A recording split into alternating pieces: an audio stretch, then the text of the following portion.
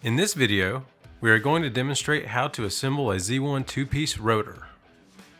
Step 1. Install the provided T-nuts. Slide them into place from the outboard side. Step 2. Place the center hat on top of the rotor ring. Step 3. Apply Loctite to the provided bolts. Step 4. Hand thread the bolts into the T-nuts. Once all of the bolts have been started, bring them to a snug finish. Do not attempt to use an impact to tighten the bolts all of the way. It is very possible to over-tighten this hardware using just a standard impact. You will use a torque wrench for the final tightening procedure. Step 5. Now that all the bolts are snug, grab your torque wrench and tighten each bolt to 96 inch-pounds in a star pattern. Pro tip: for those seeking additional security, use a center punch and hammer to deform the bolt threads extending past the T-nut.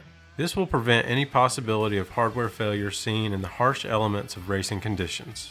Congratulations! You have just assembled your Z1 two-piece rotor.